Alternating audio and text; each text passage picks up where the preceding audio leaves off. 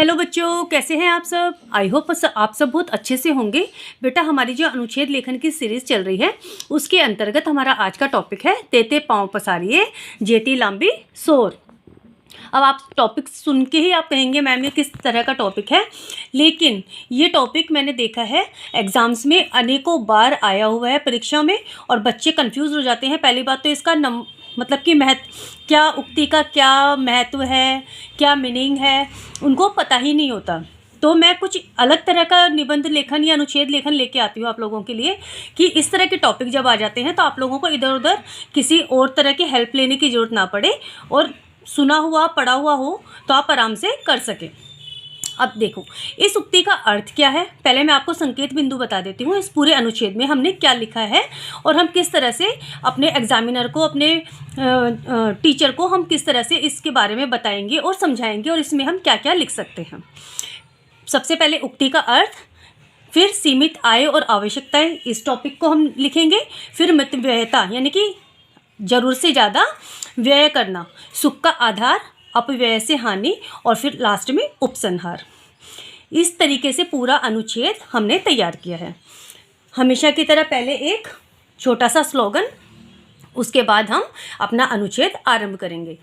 अपनी पहुँच विचारिके कर्तव्य करिए दौर, तेते पाँव पसारिए जेती लांबी सोर। मनुष्य को अपनी आवश्यकताएं उतनी ही बढ़ानी चाहिए जितनी उसकी आय हो।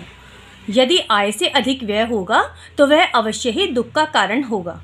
इसलिए कविवर वृंद ने कहा है, मानव तो यदि सुखी रहना चाहता है तो पहले अपने सामर्थ्य का आंकलन कर और लक्ष्य प्राप्त करने का प्रयत्न कर। अर्थात जितनी लंबी तेरी चादर है उतने ही पाँव पसार।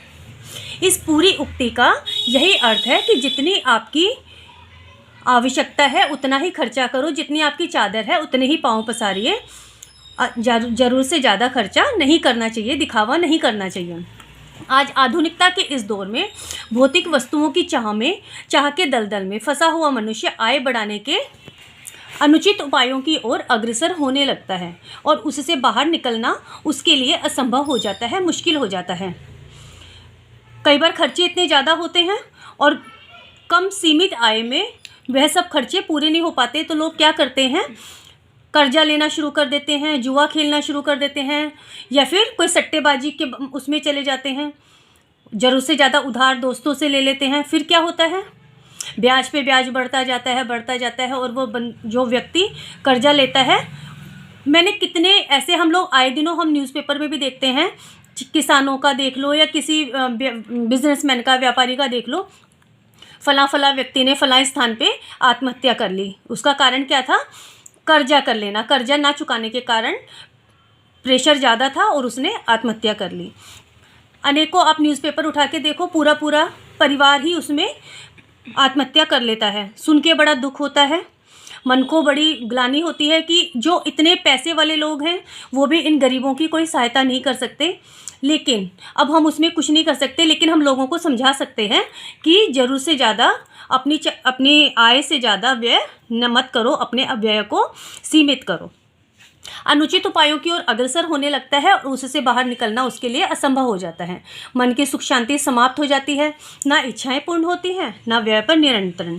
ऐसे में भ्रष्टाचार, रिश्वतखोरी, ऋण लेना जैसी बुराइयों को निमंत्रण दे वह नैतिक पतन की ओर बढ़ता चला जाता है।